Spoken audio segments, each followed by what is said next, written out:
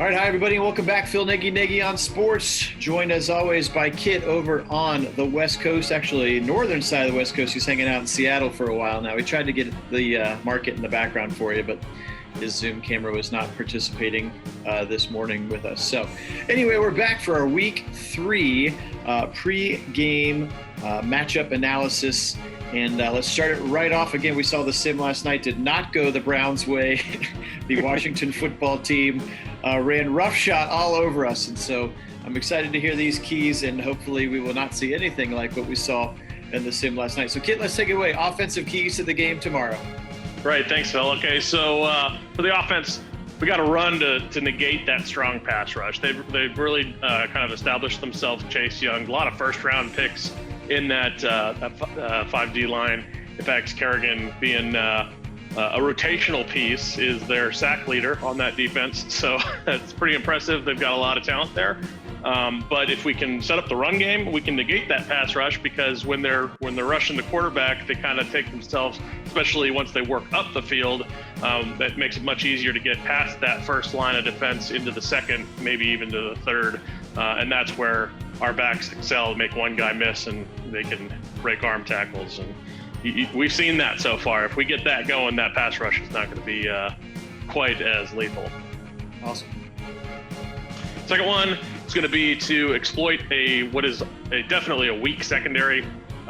So in particular, our matchup game is going to be key here with the formations we're using, with the how we're getting guys in different positions to make plays, and then also the motions to figure out both the coverage that's going to be going on for the defense, but also where can we exploit the defense? How are we going to get the matchup game in our favor?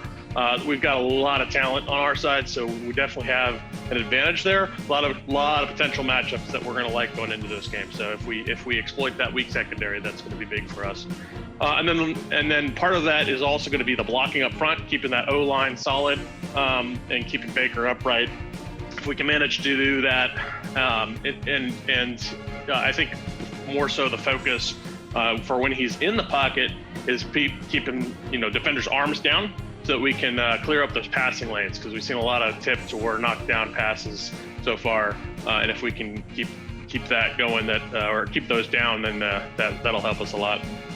But then the last key is going to be keeping the rhythm from last week going forward. If we can keep that rhythm on offense, keep that run game prominent, keep that, that opens up that boot, that opens up that play action. We can see some explosive offense again, and it could be a lot of fun. But if we keep that rhythm going in this week, that's going to be important for us moving forward in the season. For sure. Yep. What about the Browns on the defensive side of the ball? Giving up 30 plus now, 2 weeks in a row. What does Joe Woods' crew need to do to try to keep Dwayne Haskins and company in check tomorrow? Well, hopefully not 30, but we got to shut down McLaurin. It all starts with McLaurin. He is their weapon.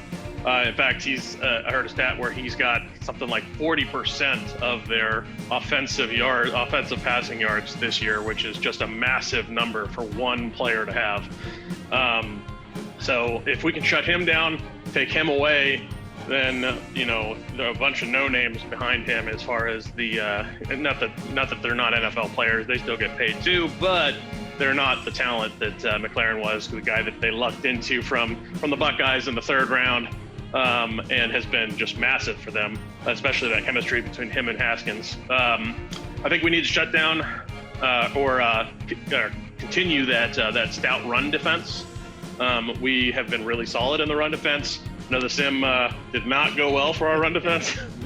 So if we continue that trend of that run fits, we've been super solid on that front. In fact, we were rated in the top 10 in PFF.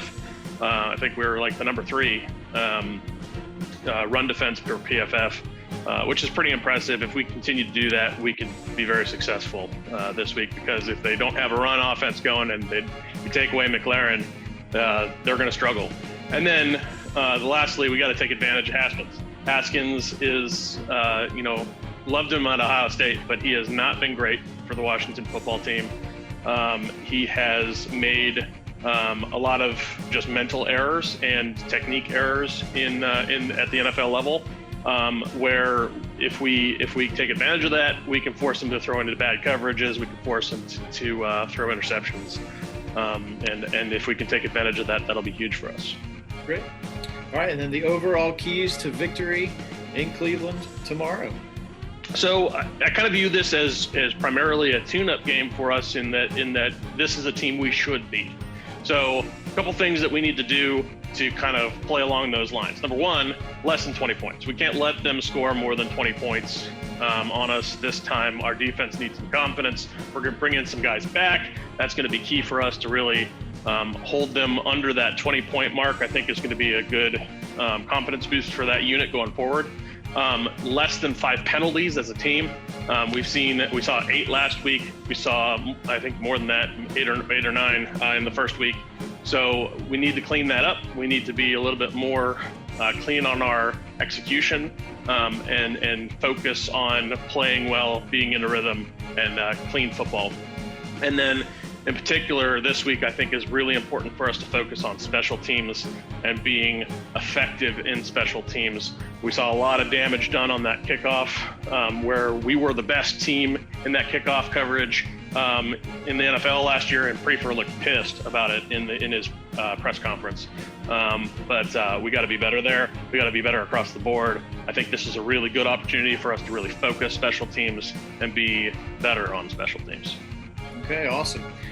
Let's do another ravishing edition of over-under based on the stats that happened in our sim, albeit not the way we wanted it to go. So yesterday, the Browns defense in the sim could only get 2 sacks. Larry Ogunjobi had a whole sack, and then there was a half for Miles and Claiborne, I think. Richardson, excuse me. So just 2 sacks as a team, over under 2 sacks for the Browns defense this weekend. We'll definitely be over that. I think Miles probably has more than that himself, or at least that many himself. But Scherf is out. He's a big anchor in that O-line. Their O-line is not particularly strong right now. So I think we definitely have the potential to see more than 2. Okay. Yesterday in the sim, Baker Mayfield, albeit in the last 4 minutes of the game, and it didn't really count, did have 2 touchdown passes. Over under 2 touchdown passes for Baker tomorrow. I think it'll be over.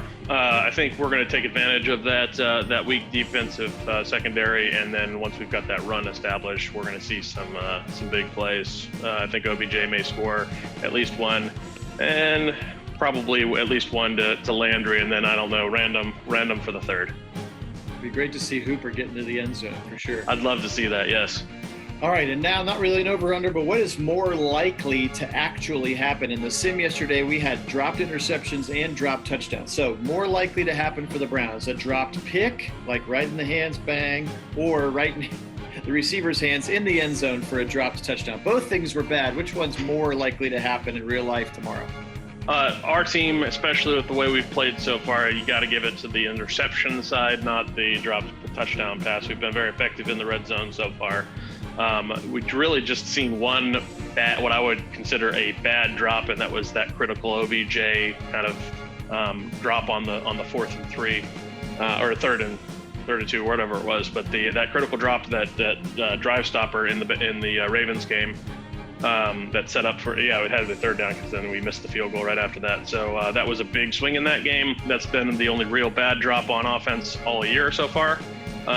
Defense, we've seen a couple times where there potentially should have been picks. I think that's more likely. Okay. Well, last but certainly not least, yesterday, again, the sim ended 37-22. The Washington football team ran all over us. Peyton Barber over 200 yards in that sim on the ground. They just beat us up all day long, and we didn't play super well. So what is the official Nagy Sports score prediction for Washington and Cleveland this weekend? Score prediction, I think this is going to be a good game for us. We're going to see some explosive offense. I think the defense gets it together this week, especially with those guys coming back. I'm giving us this one at 31-13. 31-13. You heard it here first, folks. As always, we appreciate it. Thank you so much to our subscribers. You guys have been awesome, and look forward to talking about the game here in just a couple of days. So as always, Phil Nagy, Kit Nagy, and as we say when we end every broadcast, Go Browns! Go Browns!